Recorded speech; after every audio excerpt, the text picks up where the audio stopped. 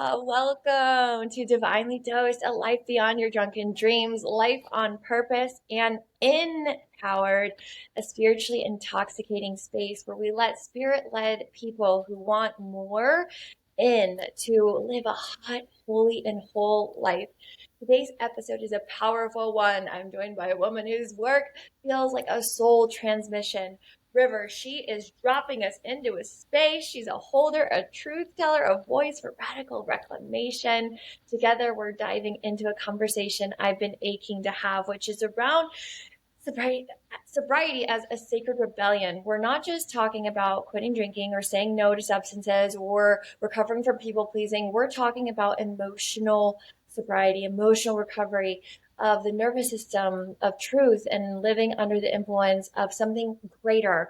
And that is beyond addiction. This episode is for the ones who are ready to reclaim their freedom, be rebels, to be courage junkies and spiritually rich radicals who will lead the way for sober, super curious, and all recovery roads, for the ones whose purpose was leaving the bottle and picking up this path. So without further ado, hello, River. Come on in. Let's get into it. So happy to be here. Happy to be here. Happy to be sober, as we say.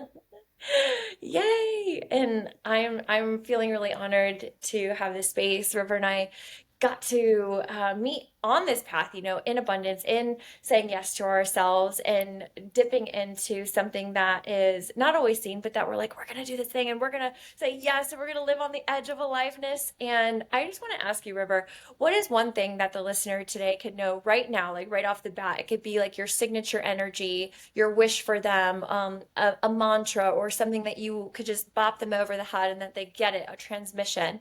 You're going to divine dose them. What is it that they are going to get from this conversation, from you, from your essence?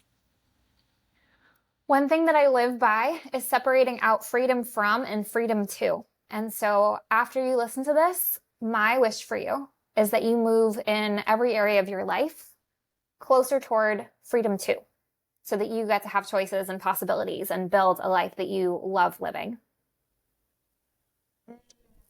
Oh my gosh, that's like a whole topic in of itself, like freedom from, freedom to, freedom from the things that ail you, and freedom to say yes to what really lights you up. Yes. Okay, everyone, soak that in because that is just launching us into this episode so magnetically. River, what does sobriety and rebellion mean to you personally? Like, what does that mean? I said it recently and I didn't realize it was an unusual thing to say because I've been saying it for so long. I've been sober for over 7 years now, and I am known as a fairly rebellious person. My Mars is in Aquarius. I do a lot of things very strange, very weird. And of all the rebellious things I've done in my life, and I've done a lot of very unusual things, I still say that choosing not to drink is the single most rebellious thing I've ever done and continue to do every single day. Because when we're living in a world that says, escape, dissociate, numb, don't be here, fit in, conform, mute all that's wonderful and magical about you so that you get to, be flattened, so that you get to participate with everyone else. When you say no to that, just that is a huge rebellion.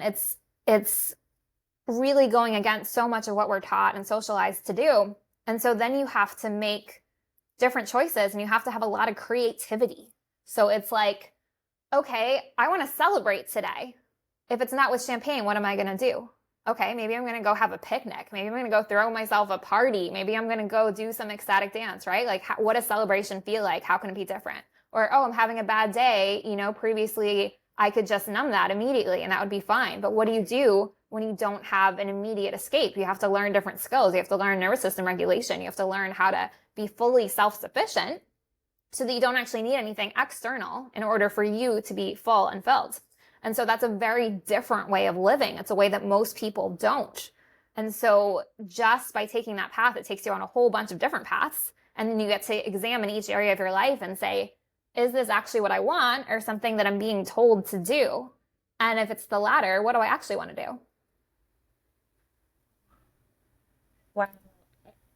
I'm this is just like blowing my mind because I'm listening to a book right now by Eckhart Tolle, and it's really about this awakening, awakening of out of this subconscious dream of what life is supposed to be, and I think like I had one of those moments where a lot of times we need pain like as a way to be like, ooh, I'm hurting so much, I possibly can't hurt anymore, I'm willing to change. But we're also stepping up to an area of life where people are wanting to awaken, not because they're feeling enough pain, but because there's enough spaciousness to desire to like be like, wait, is this what I really wanted? Is this what I really am choosing for my life? And people are now awakening to that, to be like, okay, wait, I don't think I want to go to college or do this 9 to 5, or, I'm wanting to be like a thought leader or be something that is an artist, artist in the making. And so, yeah, that's so important because that's my personal journey too. Like I had to have an awakening where it was like, oh, this path, go to school, do this, get this degree, stay in this profession, stay in my hometown, never leave the hometown, marry someone immediately after high school. It was like all planned out. And it was like to go against that was rebellion. And it's the same thing as do I really want to keep putting these substances or the substance in my body? It's like, wait, actually, I do have a choice. And I love that you're saying that. And I know for me, like before I got in here, rebellion, I thought I was being rebellious because I was drinking so much. Like I thought that, but it was really like selfishness disguised as victimhood, disguised and played out as a perpetuating pain body in patterns. I would just drink so much to numb out, to not feel the pain, to then go create more pain, to then drink more, to then try and not feel that pain that I just caused again. It was like, oh, this cycle is so exhausting. And now what I call is like, now I'm called to be a rebel with a cause. And so, what is the moment you took a stand for sobriety, for emotional sobriety, and what about that made it a rebellion for you? And what does it feel like now to be aligned with sobriety as a rebellion, as like that's like true rebellion versus the past story, your story? Yeah, I mean, you said a lot of really good things in there. So we learn from pain until we learn that we can also learn through joy. Joy is a rebellion. Misery loves company. So what does that mean for joy? Does it mean we have to do it alone, right? So all of my friends loved drinking. They loved being at bars. They loved being at clubs. And, you said this cycle is exhausting. It's also kind of boring when you look at it, right? Because we think it's so interesting. There's so much drama and chaos. So when you take a step away from it, you look at the cycles of the drama and the chaos and you're like, wow, it's the same thing every time.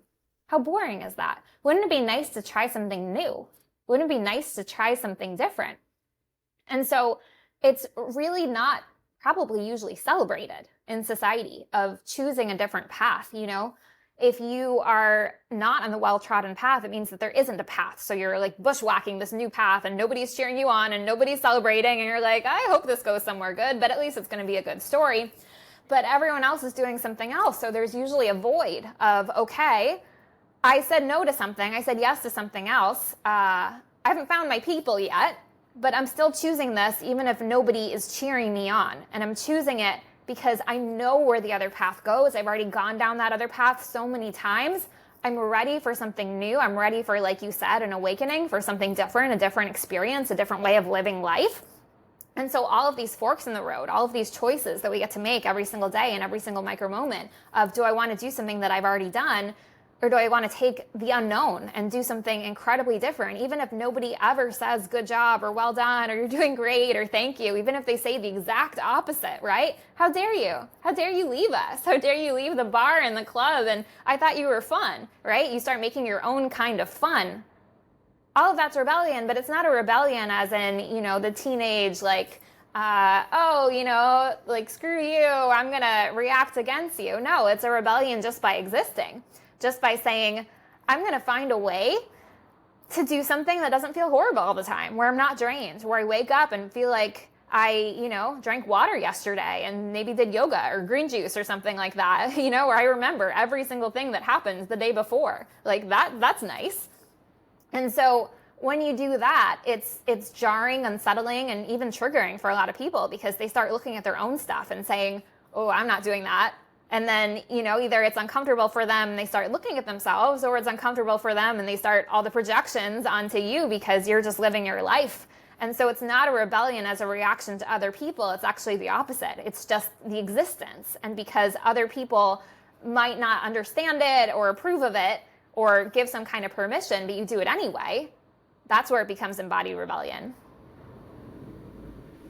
I love that. That's when it becomes embodied rebellion. Yeah, there's like a big distinction between like the rebellion of like smashing mailboxes and toilet papering people's houses versus going against the societal standards or societal norms and instead saying, oh, wait, I have free will, and I have the ability to choose my own destiny, to choose my own story, right? To take the pen and start to write it with the help of like divine. And um yes, I love being a rebel with a cause because it's like once we get to remove like that substance, it's like, oh, now we can do so much more with this energy, which this isn't something that I plan to talk about, but just even talking about how, once that is removed, I think sometimes people who then remove that substance or, alcohol or people pleasing or whatever that said thing is, drugs, fill in the blank, but like, okay, now that substance is gone and a fear kind of sets in or a discomfort. There's not an embodiment of that rebellion again or that feeling okay or safe to move from fine, like, okay, I removed this thing, but now I want to live, right? But then we're kind of waiting for that permission slip. So, like, really speaking to what would you maybe have to say to someone who is like, I can be a rebel and not use substances, like whatever that may look like, a permission slip or a story of your own experience that kind of gives, yeah, it's okay. Like you can be rebellious and sober. Yeah, I mean, it really requires a full identity shift. So, what I've seen a lot is that people leave alcohol or some other substance and then they do what I call vice swapping, where then they go do something else. It could be a different type of substance, it could be men, it could be shopping, it could be food, it could be something else entirely because it's still oh, I gotta numb, I gotta escape, I gotta dissociate, I can't be here, I can't be fully here. And for me, it probably took 3 years to grow into a new identity of it's nobody else's business, whether I'm drinking or not.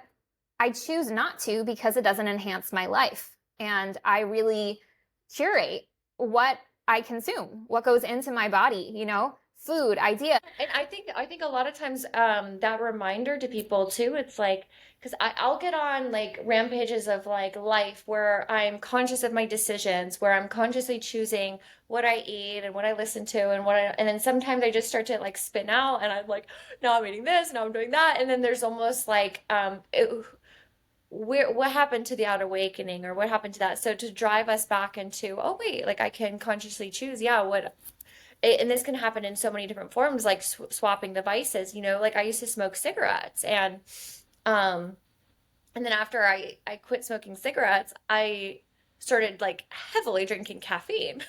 Like to the point I was having like heart palpitations, it was like, oh my gosh, it's like one thing that I stopped, but then I picked up this other thing to try and kind of, compensate for that lack of that, whatever I thought that that cigarette was giving me, and so yeah, being mindful of that and moving into a place where we can start to funnel that rebellion in a way that's like a rebel with a cause, right? Where I can start to rebel, but with purpose. And I think that's something that you and I both are like on a mission with because I found you in a like-minded mastermind group of us, being with people who are saying, we're slaying shame, we're doing all this stuff, we're business owners, we're on this leading edge of conversations and in a relatively new industry, the thought industry of really taking something from our brain and being able to take it out of our heads, put it into a book, a form, something, a class, a course, a master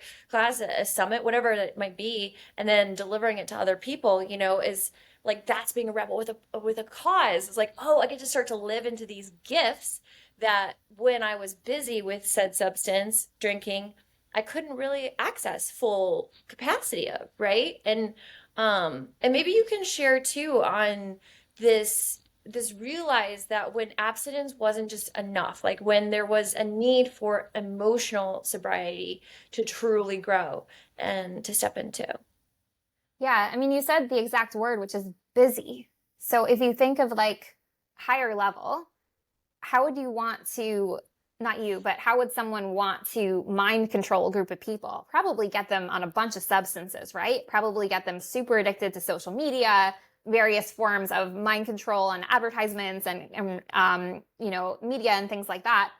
And so when we step away from that and say, okay, we're an independent critical thinker, we're a unique being that's going to form our own path in this world, then what could that look like?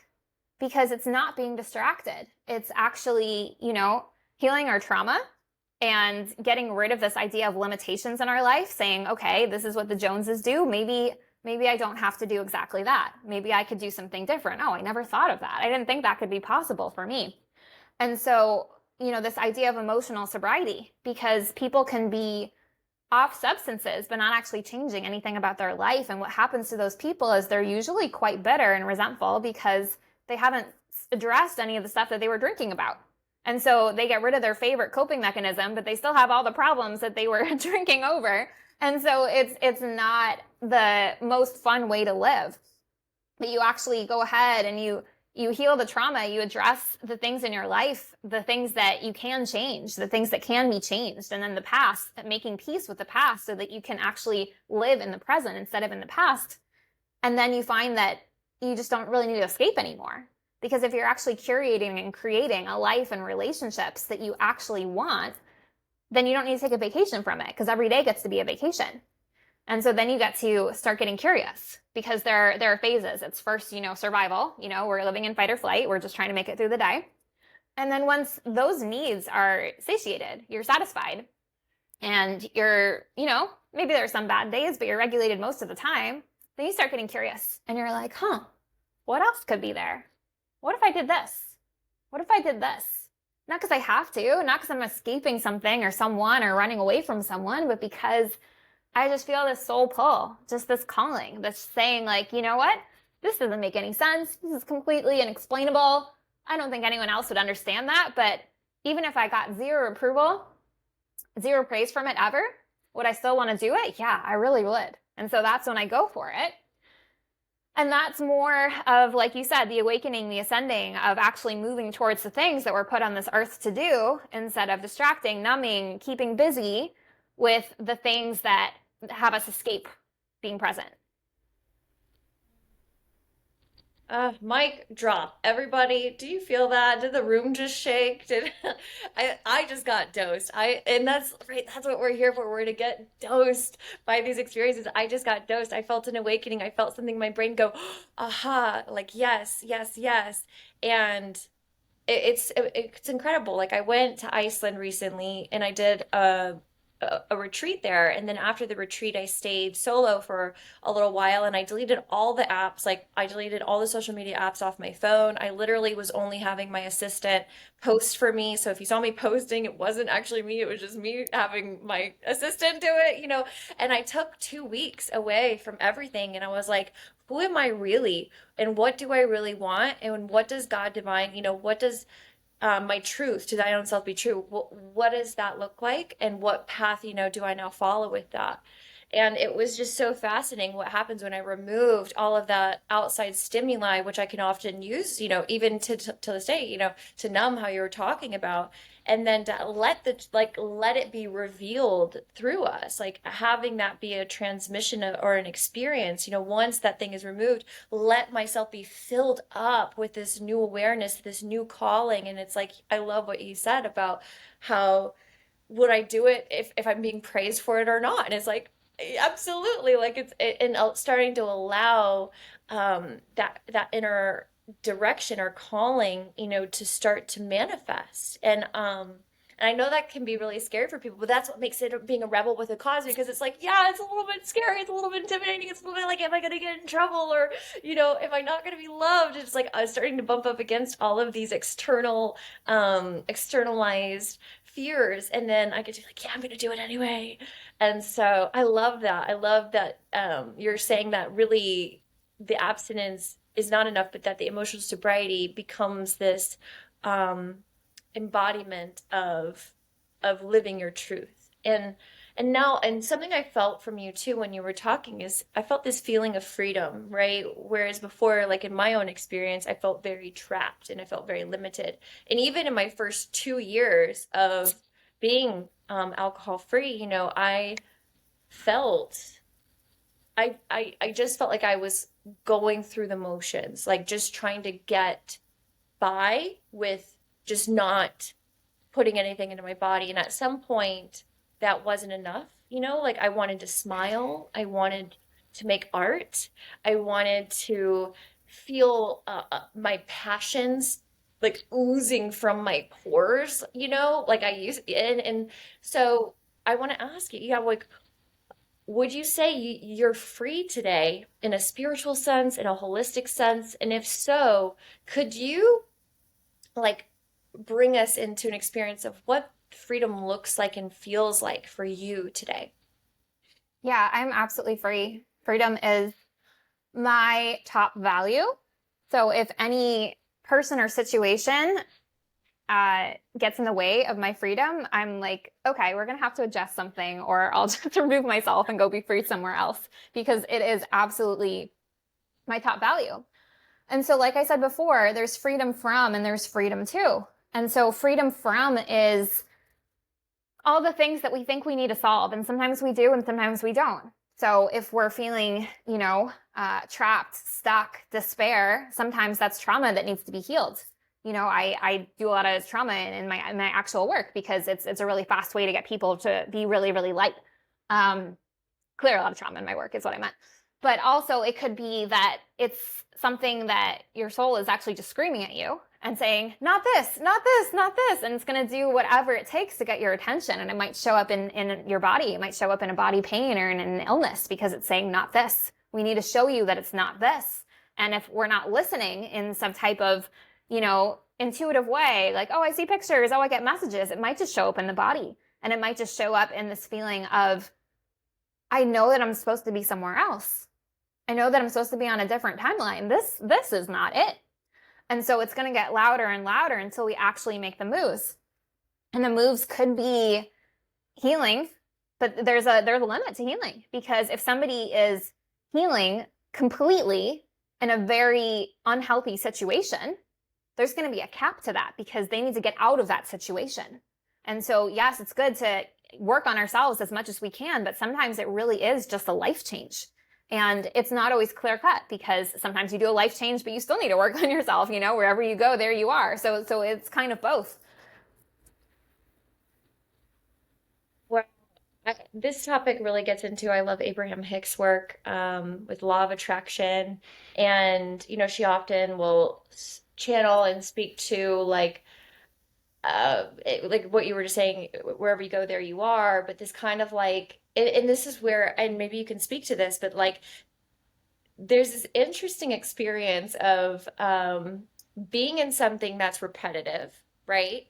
And then leaving that thing, like said, like a toxic relationship or that addiction, and then you leave that thing, and then there you take like taking all of that stuff to the next relationship, or taking all that stuff into the next job, or taking all of that stuff. So like what would you say, like how do you address that and truly like transform it? Because oftentimes Abraham Hicks would say like you could leave that job that you're having all these issues with, but the next job that you go to, you're going to be feeling the same exact way until you raise your actual vibration. So what can you speak to, like what can actually shift, so we're not just like, because a lot of people, I see they get sober, they remove the thing, but then they're still going through the same patterns of, toxic relationships or jobs that they hate. And they're saying, oh, well, it's fine. It sucks. And they complain, it's fine. It sucks. And then they leave it and they go to another one and it's like, oh, it's fine. It sucks. Like, oh my gosh, all right, we got to interrupt this pattern. And yes, there's an identity shift, but yeah, where can we actually get like the transformation so we're no longer carrying that stuff into the next Yeah, thing? I literally did this with a client an hour ago. It was like the exact same thing. It was like, okay, you can leave right now, but you're going to be carrying all this stuff to your next one, or we can change this for you right now. And we changed it, and it was just instant. So I have been on a journey that actually started way before I got sober. It started when I had a chronic illness that everyone told me was incurable. And I was just going to be symptomatic for the rest of my life, which meant like not holding down a job, possibly living in the hospital. And I was like, are you crazy? No, like I don't accept that. Absolutely not. And so I went to Western medicine until they gave up, and I went to Eastern medicine until they gave up, and I went to homeopathy and naturopathy, holistic chiropractor, and finally I found my way to a shaman, and who said, "Let me train you." And so that's where I started. But personally, I have tried over 100 healing modalities, so I can speak to a lot of different things. I also have trained to whatever the top level was of over 30 different healing modalities. So what I can say is that there is no one size fits all. It's different for different people in different situations, but there is absolutely something. There's absolutely something. And so what I go through with my clients is I'm looking at what their core wound is. I'm looking at what is being brought up by their current situation, and then we address it prior so that their current situation no longer bothers them. And from a place of neutrality, they're able to go to a better situation that is actually a better fit for them, because actually they're totally fine about their current situation as well.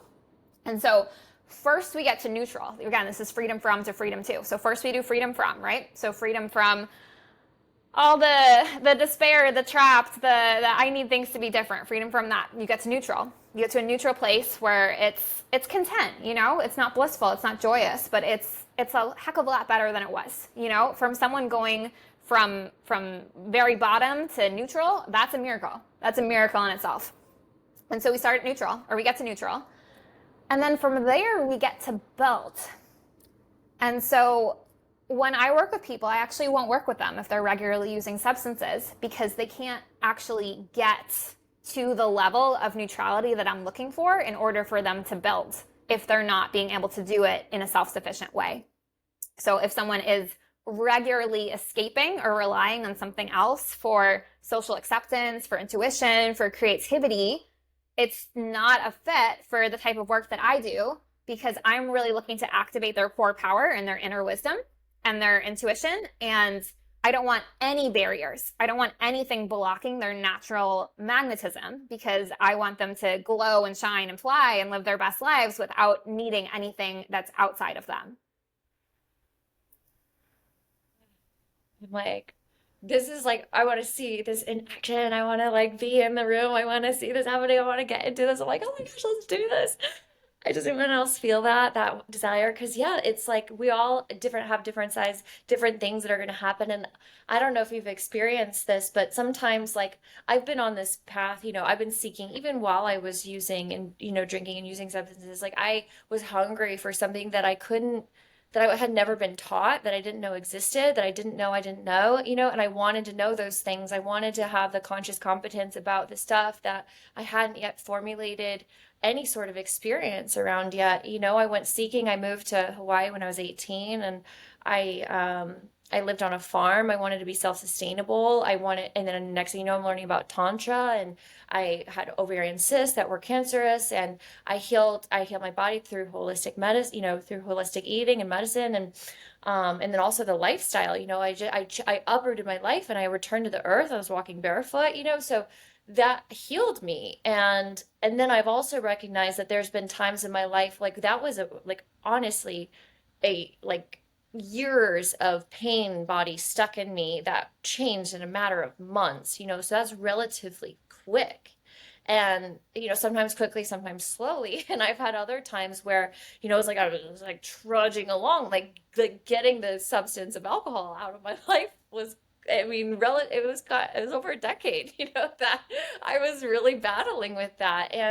But what was cool was that the more I put myself into rooms like podcasts and places where I was starting to hear a new and different conversation, the closer I was getting, like, so just like how you say when we plant the seed, it's not the same day we eat the fruit. And I don't know if you've experienced this, but like going to all those different modalities and teachers, like you're picking up something unique and different from each one of those. And then eventually that like led up to this moment where maybe you were like finally like able to hear it from this shaman, like you had been preparing yourself, you've been doing all these other things and maybe detoxing in different ways, that finally it was like the soul, the body, your energy finally was able to nervous system wise like say, I can now receive this, or I can now get this. And if maybe you can speak to that for other people who are like, I've been going at this for so long, especially sober curious people who are maybe like, I've been, in and out of all different kinds of things, or people who are now sober and they're like, I've tried so much stuff, but like it's not working for me. Like, okay, but what if you just keep going, and speaking to that path of sometimes quickly, sometimes slowly. Yeah, there's so much in there. So, for change and for healing, what's in the way is a few different things. One is because sometimes there is just a certain method, technique, person, connection, resonance that really does have the key to that lock that nothing else could fit. That does happen. Sometimes it is so much resentment and bitterness that is in the way of actually getting to healed or change. Because if you're doing really well and you're happy and you're joyous and successful, that means that all of that bad stuff that happened doesn't matter, or that they won, or that they got away with it because now you're fine. So that can be in the way. Sometimes there's secondary gain or inner conflict or something where it's actually preferable to not change or not heal or stay where they are. A lot of times it is unaddressed trauma, which is a time when someone felt powerless, helpless, and didn't have choices. And so even though now they do have choices, they might not be able to bridge the gap between the conscious and unconscious mind where they're able to recognize, oh, right, I'm not there anymore. I'm not doing that anymore. I get to create from new here. And so I would say, thinking back to my experience, I'll give two examples. So for my chronic illness, I tried probably over 40 things, and a lot of them just genuinely didn't work. So I went to Western doctors who misdiagnosed me and gave me inappropriate medicine for something that I didn't have, right? So like that was not a learning experience for me. But I think it would be normal for people to say, oh, nothing works, it didn't work. And that wasn't my mentality. My mentality was, there's a better way. I know there's a better way. I know that there is an answer here, and I'm going to keep going till I find it. I don't care that all this stuff didn't work. I don't care at all, because I'm going to find something that works for me, and I'm going to keep going till I find it. I didn't believe in energy work or shamanism. I was a very practical person. I was a business person. And so when someone suggested that to me, I was like, I consider myself an adventurous person. I jump off of cliffs. I do zip lining, like whatever. I'll try anything once, sure. And then when they're like, let me train you, I was like, no. I said no. I wasn't interested. It took some convincing. It took a lot for me to be able to see the value there. But it was because I was open-minded, because I was curious enough to say, I wonder what happens if I do this. And so there was no solution. There was no possibility in my universe where I did not find some kind of answer. And this is a very different mentality to nothing works for me. It's never going to work. I just give up. I'm cursed. Like that was not in my vocabulary. I was like, there's a way. There's absolutely a way. I'm going to open 500 doors if I have to, because one of those doors is for me. And so that was for healing my illness, which now is in remission 99% of the time. They said I was going to be on a feeding tube, or that I, might not live, and it's just not part of my life anymore. I might have a flare up 2 days every 5 years, something like that. It's really just not part of my life. And then the second thing is, when I decided to quit alcohol, I had been trying to moderate for 8 years. So for 8 years, I was like, yeah, I'll just have a little. But the problem with just having a little, I learned for me, was that I did not know how to handle peer pressure. And so my problem wasn't actually with alcohol, it was with peer pressure. Because if people were saying, no, you have to have one, you have to have, I couldn't handle it. And so I needed to learn a way to be sober in a drunk world because I couldn't figure it out myself. I needed to have help. But I remember the moment so specifically because it felt like a portal opened in front of me that said, you can take this. You can take this right now. You can step through this portal and you can stop drinking right now, but it's time limited. This portal's not going to last forever. So if you don't step through it now, there won't be another one for a while and it's going to be much worse. And that's how it felt in the moment. And so I was terrified. I was shaking, I was crying, and I felt like I was stepping out of my life. Like my life as I knew it was completely over because it was. And even though I didn't know exactly how it was going to be over, I did know it was. And it, within a few months, I would say it didn't resemble anything like it was. And it was not easy for a long time. But I would choose it over and over again every single day because now I'm not a prisoner to peer pressure and societal influence and substances and hangovers and all these things that I'm just so happy are not part of my life anymore. I learned, like I said, rebellion. I learned how to be sober in a drunk world. I learned how to be different in a way that upsets people a lot of the time, just by existing, just by choosing to not ingest the neurotoxin into my body. Other people often are bothered by that. So that's why I say it's a rebellion. But for me, it is health, it's vitality, it's energy, it's increased intuition and creativity and being able to live life on my own terms where I get to live this life of freedom. And I don't feel like I'm doing it because somebody told me to or because I have this influence in my body. I just get to do things wholly with intentionality. Emotional sobriety is keeping your side of the street clean. It's doing what you say you're going to do. It's showing up. It's apologizing when you need to. It's really just living with intentionality, doing things that when you look back on it, you're like, oh, I'm so glad that I did that. So that's my life of freedom.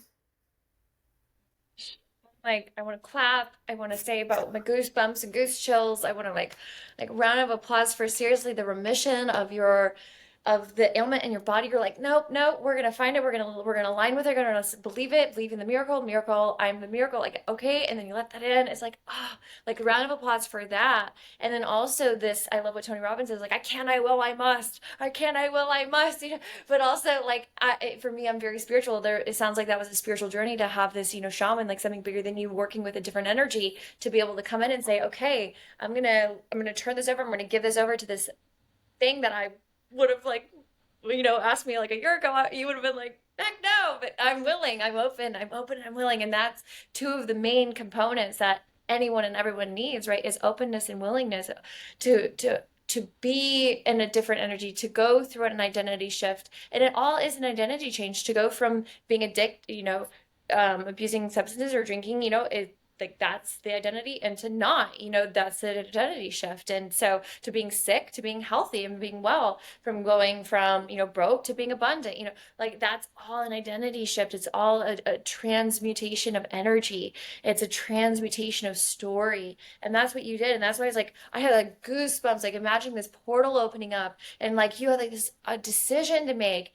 And it's like, oh, we're given, like all of us are like so profoundly given that each and every day, but it's sometimes not until like it comes to us in like this big profound way where it's like, okay, like literally this is it, you can jump through this portal. And that's why working with coaches like you, like me, like getting into rooms where people facilitate that portal, that experience is so important, right? Because it's like sometimes then that moment never comes if I'm not actively seeking it. I could be missing it every single day because I'm not willing and open, right? So it's like for anyone listening right now, it's like if you leave here with like two things, it's like re-listen to the beginning and get that divine dose that River was talking about. And then like what she was talking about is like this openness to doing something different, right? To be open to an identity shift. And I'm just like, oh my gosh, I'm goosebumps like listening to that portal story. And I now I've got to know, if someone's newly sober or sober curious but afraid of living a big life, where, and big life doesn't have to mean that it's not humble, that, you're living a life that looks like big to somebody else. No, like a big life meaning you are taking up this space that God has given you to take up, that divine has given you to take up, right? You're unapologetically taking up space, but in living in alignment with those gifts, So what would you say to them if they're afraid of living that big life? What's coming to mind is, do you know the singer Nightbird from America's Got Talent? I Suggest everyone look up that video. I've maybe watched it 500 times. She said once, don't you want to see what happens if you don't give up? Don't you want to see? Don't you want to find out? What would happen? What could happen if you don't give up? Don't you want to see? I would say you already know what the regular path gives you. You know exactly where that goes. You can do it play by play. You know exactly how the relationships go, how the health goes, how the activities go, how the, wine after work or weekend bars or bottomless brunch. You know exactly how that goes. Don't you want to try something new? Maybe something exciting, maybe something adventurous, maybe something different. And adventurous doesn't need to mean like bungee jumping or anything like that. It could be like maybe you tell someone that you love them and you actually mean it. That's terrifying. Maybe you actually connect with someone on a heart level and not just, after all the inhibitions are gone through substances, but because it's present and real and genuine and fully in the moment. Those kinds of moments that you have where there is no past and there is no future. You're just fully present with another human being and it's just connecting on a heart level and a soul level. Do you want to experience that? Do you want to see all the infinite possibilities that this life could possibly hold for you instead of just the one or two that you've been doing? You want to see what happens? Maybe it could be fun. Maybe it could be exciting. Maybe it could be horrifically painful, but still worth it anyway. Maybe it could be a good story. I always say that when you do something, it's either a good time or a good story because you get to tell about it later either way. It's something new either way. And so a big, beautiful life is yours to step into whenever you want to. And there's a lot of things that's going to be pulling you back as if you're trying to, leap and there are all these hands pulling on your legs saying, no, don't go, right? But you're not actually abandoning anyone. You're not actually leaving anyone behind. You're just creating more space and spaciousness for others to follow you. You're modeling for other people of what is possible, of what's possible when you choose yourself. And people might say that that's in a selfish way, but I think it's actually in the most humane, humanitarian way. Because if everybody is sacrificing themselves and abandoning themselves through people pleasing, who are they actually serving? Who are they actually helping? Not each other, not by placating, not by being tolerated, but if you're actually living your beautiful, unique self and your big, bold life, so many people, whether they tell you or not, are going to be like, wow, I watched you do that. And that made me do something. That made me have this conversation that I was really afraid to have. That made me apply for this job that I never in a million years that I was qualified for. That made me say, you know what? Maybe it's time I put down the bottle. So you may not even know the impact that you have on other people, but it's absolutely there through the ripple effect. But either way, it's not about them. It's about you. It's about you. It's about your one precious, beautiful life. What do you want to do with it? Goodness. Everyone, feel that. Take a deep breath in. Take a deep sigh out.